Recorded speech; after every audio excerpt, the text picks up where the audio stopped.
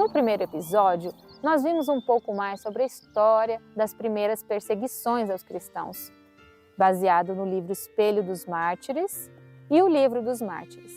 Neste episódio, agora focaremos em histórias reais que ocorreram com jovens, crianças, adolescentes, idosos, homens e mulheres.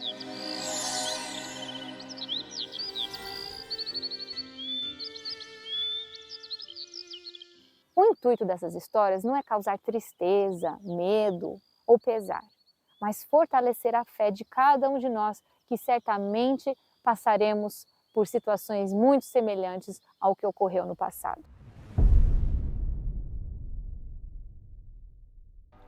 Talvez o maior número de martirizados tenha sido de homens, valorosos cristãos, varões corajosos que depuseram suas vidas aos pés de Cristo e, quando possível, sacrificaram-se no lugar de suas esposas, irmãos, filhos, pais e mães.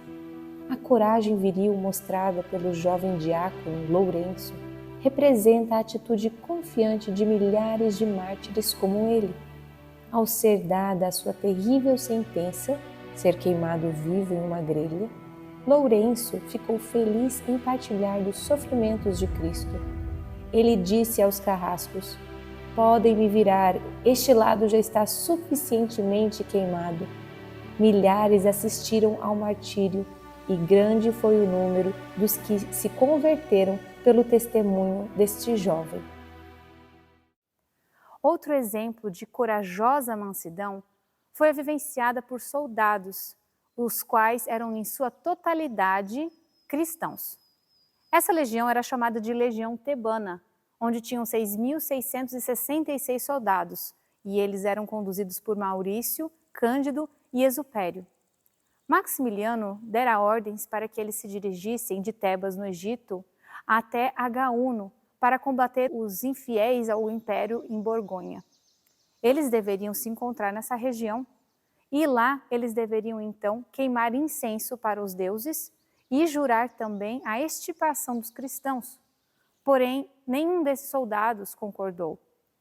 Ele então, Maximiliano, ordenou que ele pegasse um soldado de cada grupo de 10 e esse então fosse morto. E assim ele foi fazendo a cada grupo de 10, matando um, até extirpar todos aqueles soldados fiéis. Como cordeiros perante seus tosquiadores, eles não abriram a boca, não revidaram o que seria esperado de soldados armados, mas morreram honrosamente por amor ao Cordeiro de Deus, morto por nossos pecados.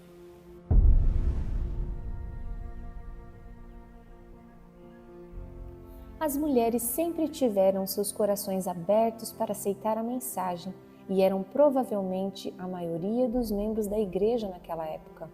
Arqueólogos encontraram na cidade de Sirta, no norte da África, 16 túnicas masculinas e 82 femininas. Pode-se conjecturar que este número expressivamente maior de mulheres do que de homens deve-se ao fato de que haviam diversas viúvas de mártires nessa época. O relato de Eusébio de Cesareia fortalece essa suposição ao afirmar que haviam 1.500 viúvas assistidas pela Igreja de Roma 50 anos antes. As mulheres da igreja primitiva provinham de diversas classes sociais, como era o caso de Perpétua e Felicidade, jovens de aproximadamente 20 anos que viviam na cidade de Cartago, no norte da África, que fazia parte do Império Romano. Isso foi cerca do ano de 200 depois de Cristo. Perpétua era uma jovem de família nobre e ela aprendeu a ler e escrever em diversas línguas. Perpétua esteve encarcerada acompanhada de mais 5 cristãos. Felicidade, uma jovem escrava que estava grávida, Sátiro, provavelmente aquele que catequizou Perpétua, e mais 3 jovens, Revogatus, Saturnino e Segundo. Naquela época, o costume era apenas batizar após aproximadamente 3 anos de intenso estudo, pois certamente os candidatos seriam perseguidos e teriam que estar firmes para não negar a sua fé. Perpétua não teve oportunidade de ser batizada antes, provavelmente porque não se completara o tempo de seu preparo. No entanto, como a morte se aproximava, acabaram batizando-a durante seu aprisionamento. O que nós sabemos de Perpétua é que ela era casada e estava amamentando quando foi aprisionada. Filha de um rico aristocrata pagão que a amava muito, seu pai por diversas vezes tentou fazer com que ela desistisse de seus propósitos. No entanto, certo dia, após grande insistência de seu pai, Perpétua apontou um vaso e perguntou: Pai, pode esse vaso ser chamado de outro nome além de vaso? Ao que o pai respondeu que não. Sendo assim, ela disse: Eu também não posso ser chamada de outro nome a não ser de cristã. Ao tomarem conhecimento do dia marcado para o martírio, o grupo começou a orar para que Felicidade, grávida de 8 meses, pudesse dar à luz antes deste dia, pois era seu desejo padecer junto com seus irmãos, e era contra a lei romana matar uma mulher estando ela grávida. Após as orações, Felicidade entrou em trabalho de parto. Na noite anterior, após orações intensas de cada um do grupo, Deus lhes deu sonhos, revelando a cada um o modo que iriam morrer, e lhes mostrava que em breve teriam sua recompensa. Finalmente, os amigos de prisão foram levados à arena, uns cantando salmos, outros admoestando o povo quanto à ira futura. Perpétua e Felicidade foram envolvidas em rede para que vacas lhe ferissem. Este animal era um símbolo do aleitamento materno. Assim que foi arremessada pelo animal, Perpétua rapidamente ajeitou seus cabelos, pois seria seu momento de triunfo. Também puxou seu vestido para que suas coxas não ficassem à mostra. Se preocupava mais com a modéstia do que com a tortura. Os relatos contam que ela não sentiu dor. Finalmente, os mártires deram um ósculo santo de despedida, pois seriam degolados. O escritor do restante da narrativa relata que o gladiador destinado a matar Perpétua não acertou seu pescoço, o que lhe causou grande dor. Vendo que ele estava atemorizado, Perpétua guiou a mão do jovem carrasco até seu pescoço para que desse o golpe mortal. Assim, de forma corajosa, se despediram estes jovens das torturas deste mundo, mas sua profissão de fé não foi em vão. Conta-se que um dos guardas da prisão que presenciou o comportamento dos jovens enquanto encarcerados e durante as torturas na arena, também pediu para morrer acompanhado destes valorosos. Glória a Deus por tantas almas salvas através destes testemunhos vivos.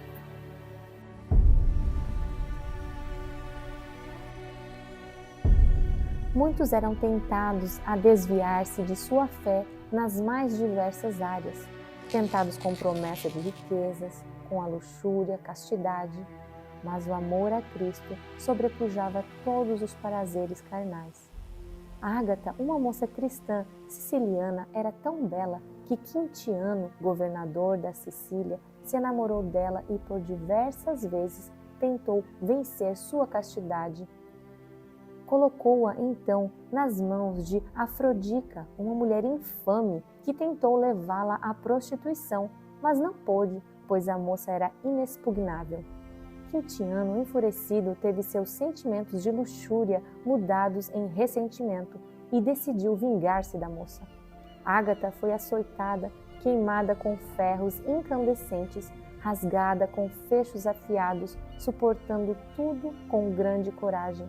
Foi então despida e deitada sobre brasas misturadas com cacos de vidro e depois levada à prisão, onde faleceu por sua fidelidade aos princípios divinos. Timóteo, um jovem diácono da Mauritânia, havia recém-casado com Mauro apenas 3 semanas, quando, por ordem do governador, ele deveria entregar a palavra de Deus para ser queimada. Ele foi incisivo em dizer ao governador que, caso ele tivesse filhos, ele preferia entregar os próprios filhos a serem queimados do que separar-se da palavra de Deus. O governador, então, mandou que os seus olhos fossem vazados para que não mais pudesse ler a palavra de Deus. Vendo que o jovem ainda era irredutível, ele mandou que pendurasse com uma pedra atada ao seu pescoço, de cabeça para baixo, que a boca fosse amordaçada e que ele fosse então chicoteado. Maura, induzida pelo governador, foi solicitar ao marido que por amor a ela abandonasse aquelas ideias para que pudessem aproveitar o seu matrimônio, que pudessem ter mais dias de vida. Foi então tirada a mordaça para que Timóteo pudesse respondê-la, e ele disse que aquele amor dela era enganoso, que o amor verdadeiro é o amor de Cristo e que ela deveria arrepender-se e tomar sorte como ele na morte por Cristo. Ela então aceitou, assim como Timóteo, a morte por amor de Jesus. Ambos foram pendurados em cruzes, um ao lado do outro, e lá morreram. Vendo essa demonstração do amor verdadeiro, o governador, segundo a história, também aceitou o martírio, pois tinha entregado seu coração a Cristo através daquele lindo testemunho desse jovem casal. Não eram apenas homens valentes que morriam com corajosa dignidade. Milhares de crianças e adolescentes também suportaram as torturas com inabalável destemor. Este foi o caso de Pancrácio, um rapazinho de 14 anos de idade.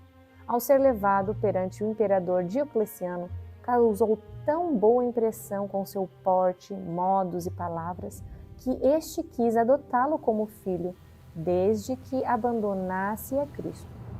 O menino demonstrou-se tão firme na defesa de sua fé que o imperador, furioso, mandou decapitá-lo fora da cidade de Roma. Eulália, uma adolescente espanhola de 13 anos de idade, muito dedicada, passava várias horas do dia orando, estudando a palavra e distribuindo seus bens aos desafortunados. Desde pequena, admirava as pessoas que entregavam suas vidas a Jesus. A corajosa menina demonstrava tanta ousadia contra os seus perseguidores que seus pais a trancaram no aposento, na esperança de que o isolamento arredasse a menina de seus propósitos. Mas em vão, ela conseguiu escapar e correu durante a noite 50 quilômetros até o Fórum de Mérida. Ao chegar lá, disse em alta voz ao juiz para que todos a escutassem: A Vossa Excelência não tem receio de negar a existência do único Deus verdadeiro, assim condena a sua própria alma, bem como as de muitas outras pessoas? Homens malvados estão procurando mais cristãos para matar? Eis-me aqui, adversária de seus sacrifícios satânicos, com a minha boca e com o meu coração confesso que há somente um Deus verdadeiro. Ísis, Apolos e Vênus são ídolos vãos. O juiz tentou persuadi-la a abandonar suas ideias com promessas de casamento rico, relembrando-a de sua juventude, de que se apenas queimasse incenso aos deuses estaria livre. Ela, em impetuosa agitação, derrubou o altar e os ídolos com os seus pés, sendo então levada pelos carrascos por ordem do juiz enfurecido. Com ganchos, mutilaram o corpo da menina até que suas costelas ficaram expostas. Enquanto se seguia a tortura, a menina dizia: Ó Senhor Jesus, o teu nome está sendo escrito no meu corpo. Que grande prazer sinto em ler estas palavras, porque significam a tua vitória. Eis que meu sangue carmesim confessa o teu santo nome. Isto ela disse sem nenhum sinal de estar sentindo dor. Em seguida, atearam fogo em seus longos cabelos negros, acabando por sufocá-la. Foi assim que esta menina corajosa tomou seu merecido lugar entre os mártires. Foi durante esse período que o idoso Inácio, sucessor de Pedro como bispo de Antioquia, foi levado a Roma para ser torturado a fim de renunciar sua fé. Vendo que ele permanecia firme, o conduziram ao Coliseu para seu martírio. Ao aguardar sua execução, repetia com frequência o nome de Jesus para a numerosa multidão. Ao perguntarem o porquê de falar tanto este nome, ele respondeu: Meu querido Jesus, meu Salvador, tenho o seu nome tão indelevelmente escrito no meu coração que se alguém fosse cortá-lo em pedaços, descobriria que o seu nome estaria escrito em cada pedacinho. Suas últimas palavras de testemunho para os espectadores foram: Eu sou o trigo de Deus, serei moído pelos dentes de feras para me tornar um pão puro de Cristo, que para mim é o pão da vida. Ao terminar esta fala tão sincera e profunda, foi despedaçado na arena por leões famintos. Que grande testemunho deste idoso homem foi deixado para aquela multidão expectante. Através do espetáculo sangrento, muitos foram impulsionados a descobrir de onde vinha tamanho amor por este Jesus, por quem estes mártires morriam, sem nem mesmo terem-o visto. Foi na cidade de Esmirna, em 162 d.C., que Policarpo, bispo de Esmirna, foi martirizado. Um pouco antes de seu martírio, teve um sonho onde via seu travesseiro pegando fogo. A partir de então, soube a forma pela qual morreria. Estas revelações divinas não raro aconteciam entre os mártires. Possivelmente, era uma forma de Deus fortalecer a fé, dando um privilégio espiritual especial aos seus santos. Policarpo pretendia entregar-se de livre vontade às autoridades, mas após grande insistência de seus amigos, acabou se escondendo. No entanto, logo ele foi encontrado. Com toda a gentileza que possuía, Policarpo ofereceu aos soldados uma refeição e pediu 1 hora para orar, o que lhe foi concedido. Os homens ficaram desconcertados em prender um idoso tão simpático e inofensivo. Após chegar ao anfiteatro aqui da cidade de Esmirna, Policarpo foi levado até o procônsul, que ao ver um idoso tão simpático e caridoso, ficou penalizado em ter que sacrificá-lo. Sendo assim, o procônsul insistiu que Policarpo amaldiçoasse a Deus e aproveitasse os últimos anos da sua vida em paz. Policarpo então respondeu: "Como posso amaldiçoar meu Jesus, que por 86 anos sempre me tratou tão bem e nunca fez mal para mim?" O povo, ao ouvir o que sucedera, ficou desesperado. Pegaram as lenhas que tinham pelo caminho e trouxeram até o centro do anfiteatro para que ateassem fogo em Policarpo. Os soldados, então, amarraram Policarpo e, quando estavam para perfurar suas mãos e colocar no madeiro, ele pediu: "Me deixem como estou. Aquele que me dá forças para suportar o fogo também me dará forças para permanecer imóvel." A história conta que o fogo não consumia Policarpo, apenas a lenha. Os muitos cristãos presentes naquele fatídico episódio foram fortalecidos pela coragem do ancião e confirmaram sua profissão de fé, colocando seu futuro nas mãos de Deus, independentemente de qual fosse ele.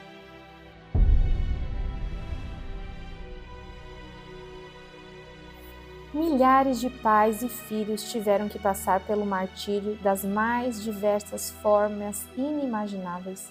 Podia-se notar quem era um verdadeiro e fiel sacerdote do lar pelo procedimento dos filhos frente às provas. Babilás, bispo de Antioquia, no ano 254 d.C., percebendo que estava prestes a surgir uma grande perseguição, começou a instruir com diligência não só adultos, mas também crianças e jovens. Ele instava que eles amassem Jesus de todo o seu coração e também morressem por amor do seu nome.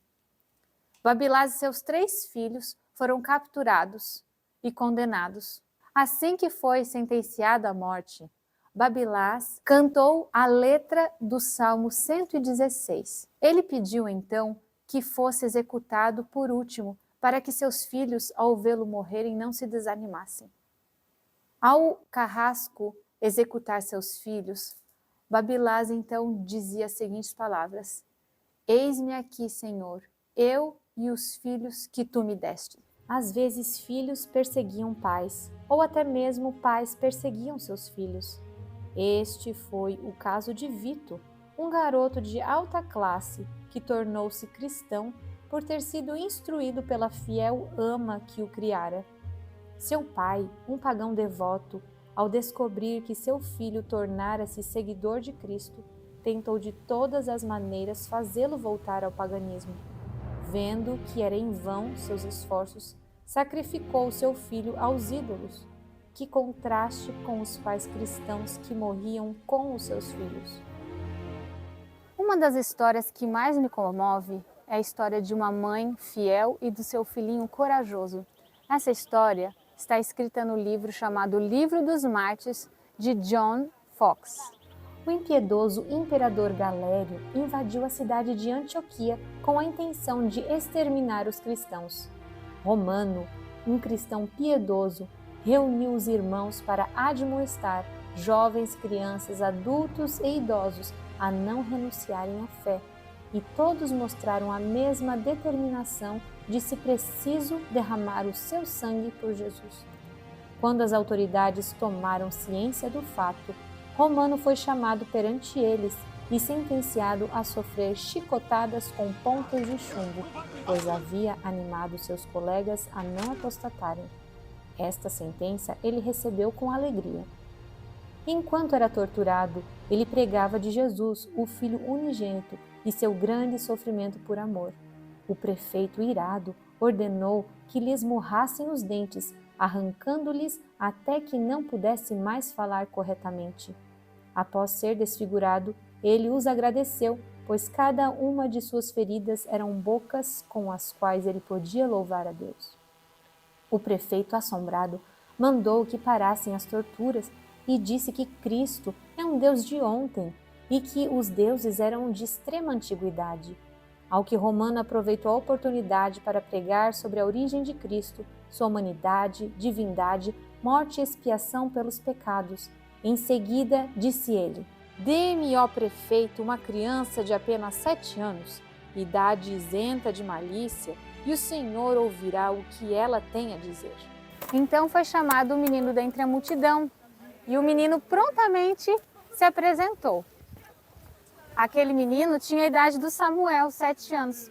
Romano então lhe perguntou: "Você crê que existe apenas um Deus ou vários deuses?" E o menininho então respondeu: "Para nós crianças, não podemos acreditar em muitos deuses, porque Deus é um só."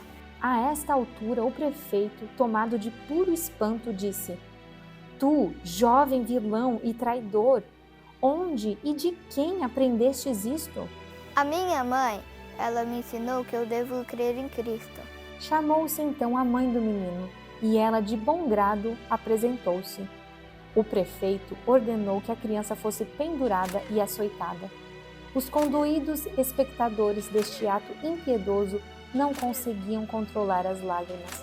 Apenas a mãe, exultante e feliz, a tudo assistia com as faces secas. Na verdade, ela repreendeu o seu doce filhinho por implorar um gole de água fria. Ela lhe disse para ter sede da taça que beberam os infantes em Belém, que não tiveram mais leitinho das suas mães. Ela lembrou o seu filhinho também da história de Isaque, de como ele foi resiliente e permaneceu imóvel ante o sacrifício. Enquanto era dado esse conselho, o sanguinário algoz arrancou o couro do alto da cabeça do menino, com o cabelo e tudo.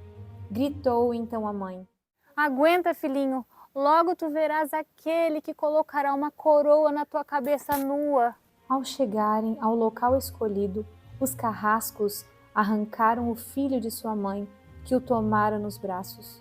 A mãe, limitando-se a beijá-lo, entregou a criancinha.